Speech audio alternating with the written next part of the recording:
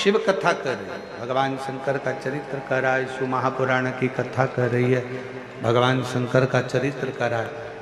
शिव वेद का रूप धारण कर कर आ गए। आए जब कष्ट,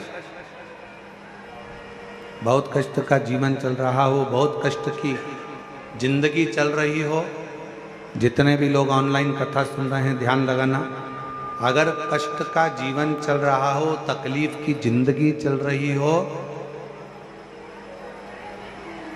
5-7 सोमवार, या तो 5 सोमवार या 7 सोमवार, हाथ में दुर्वा,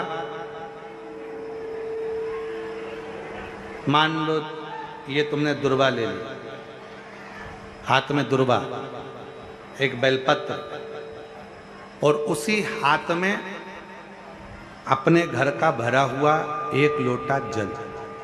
पहले रखना है दुर्वा, फिर रखना है बेलपत्र, उसके बाद में हाथ में 1 लोटा जल, और दोनों हाथों का स्पर्श करते हुए जो अपना पूजन का कक्ष होता है घर के अंदर का, उस पूजन कक्ष की साक्षी में खड़े होकर अपने कुल देवता, पितृदेवता और अन्य देवताओं का स्मरण करते हुए, बाबा बहुत दुखी हूँ, बहुत तकलीफ में हूँ, बहुत कष्ट में हूँ, मेरा परिवार आज दुख तकलीफ में है, मेरा परिवार आज कष्ट में है, दुख में है, कष्ट में है। बाबा को अपने मन का भाव कहते हुए, हृदय से प्रार्थना करते हुए अपने घर के मंदिर से निकल कर फिर उस जल को लेकर शिवालय तक जाओ और दक्षिण की ओर खड़े होकर उत्तर की ओर मुख कर कर जल समर्पित करो। बेलपत्र और दुर्वा दोनों को अशोक सुंदरी वाली जगह पर चढ़ा दीजिए। अशोक सुंदरी की जगह तो सबको मालूम है ना।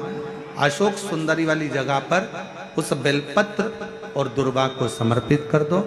चढ़ा हुआ थोड़ा सा जल लेकर आओ, घर के दरवाजे पर उसका छींटा दे दो, लेपन कर दो, और बाबा से 5 सोमवार नियम से आप दुर्वा, बेलपत्र और जल का प्रयोग अगर करोगे, 5 सोमवार पूर्ण होंगे, जो तुम्हारा दुख है वो समाप्त जरूर होगा। शिव करुणा जरूर होगा, शिव कृपा जरूर।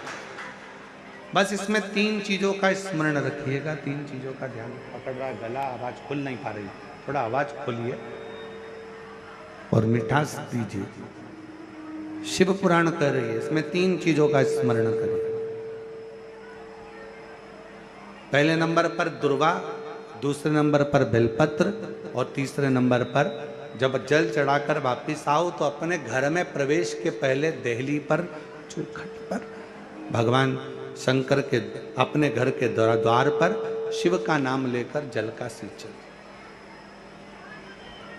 उसका फल कितना है?